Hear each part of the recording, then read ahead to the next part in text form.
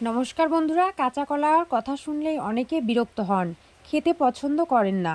আজ আমি কাঁচা কলার দারুণ কোপ্তাকারি রেসিপি আপনাদের সাথে শেয়ার করব। আপনি খেলে বুঝতে পারবেন না এটা কাঁচা কলার কোপ্তাকারি। তো রেসিপিটা শুরু করা যাক। এখানে আমি 3টা কাঁচা কলা নিয়েছি আর ছোট সাইজে 3টা আলু নিয়েছি। এখানে আমি বড় মটরের ডাল আগে থেকে ভিজিয়ে রাখবো। আমি কাঁচা কলার 2 সাইডে কেটে ফেলে দেব। এর মধ্যে 3 খণ্ড করে কেটে নেব। আলুও 2 খণ্ড করে কেটে নেব।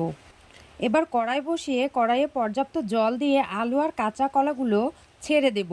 কলার মধ্যে সামান্য হলুদ দিয়ে ঢাকনা দিয়ে ঢেকে দেব। আপনারা চাইলে প্রেসারে সিটি দিয়ে সেদ্ধ করে নিতে পারেন। সেদ্ধ করতে বসিয়ে ভিজিয়ে রাখা ডাল এর সঙ্গে অ্যাড করব একটা কাঁচা লঙ্কা, 2 টুকরো আদা দিয়ে ব্লেন্ডারে পেস্ট করে নেব। এই দেখুন ডাল পেস্ট করা হয়ে গেছে। আর কতটা মোলায়েমভাবে পেস্ট করেছি। এর মধ্যে কলাও সেদ্ধ হয়ে গেছে। কলা আলুর খোসা ছাড়িয়ে নেব। এবার কলার মধ্যে দেব স্বাদমতো লবণ, হাফ চামচ হলুদ গুঁড়ো, 1 চামচ লঙ্কা গুঁড়ো, হাফ চামচ বেসন দিয়ে মেখে নেব। 1 চামচ ঘি দেব। আর শেষে দেব আগে থেকে পেস্ট করা ডাল দিয়ে খুব ভালো করে ফেটিয়ে নেব। এবার 2 হাতে তেল লাগিয়ে ছোট ছোট লেচি কেটে 2টি গোল করে 2 হাতের তালু দিয়ে সামান্য চ্যাপ্টা করে কোপ্তার শেপ দিয়ে নেব। এভাবে সব কোপ্তাগুলো তৈরি করে নেব।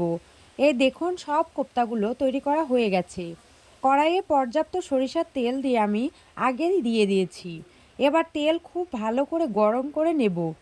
নইলে কোপ্তার নিচে লেগে যাওয়ার সম্ভাবনা থাকবে। আর ভাজার সময় চুলার হিট কমিয়ে কোপ্তাগুলো ভেজে নেব।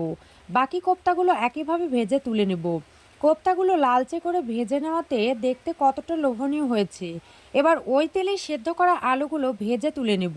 এবার ওই তেলেই ফোড়নে দেব তেজপাতা আর শুকনো লঙ্কা, হাফ চামচ গোটা জিরে দিয়ে গুঁড়ো মশলাতে দেব স্বাদমতো লবণ, হাফ চামচ হলুদ গুঁড়ো, 1.5 চামচ লাল লঙ্কা গুঁড়ো, 1 চামচ জিরে গুঁড়ো দিয়ে ভেজে রাখা আলুগুলো ছেড়ে দেব। এরপর দেব 1 চামচ আদা বাটা দিয়ে খুব ভালোভাবে ভেজে নেব। সামান্য পরিমাণে জল দিয়ে দেব যাতে করে মশলার কাঁচা গন্ধ না লাগে। এর মধ্যে 6 থেকে 7টা কাঁচা লঙ্কা ছিটিয়ে দেব। ঢাকনা দিয়ে ঢেকে দেব কিছুক্ষণের জন্য। কিছুক্ষণ পর এই দেখুন জল শুকিয়ে গেছে।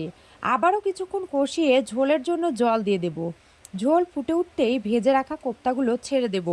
আবারও ঢাকনা দিয়ে কিছুক্ষণের জন্য ফুটিয়ে নেব। কিছুক্ষণ পর কোপ্তাকারি একদম পারফেক্টলি হয়ে গেছে। এবার নামিয়ে নেব।